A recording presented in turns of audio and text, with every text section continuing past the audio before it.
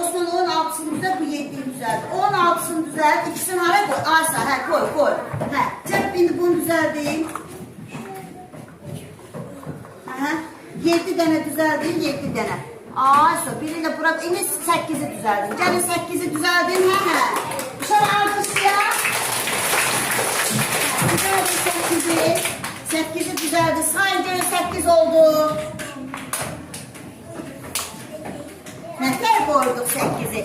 İkisini belə dedim, səliqəli qoyaq. Qonaqlar baxsın ki, səliqəlidirlər. İndi 9'da gətirin, düzeldin. 9'da gətirin, düzeldin. Sən də gələrsən, daha mı gələcək? Onu düzeltmirik. Yok, onu düzeltmirik. Bir tane 9'u düzeldim. Getirin stəkanlar 9'u düzeldim.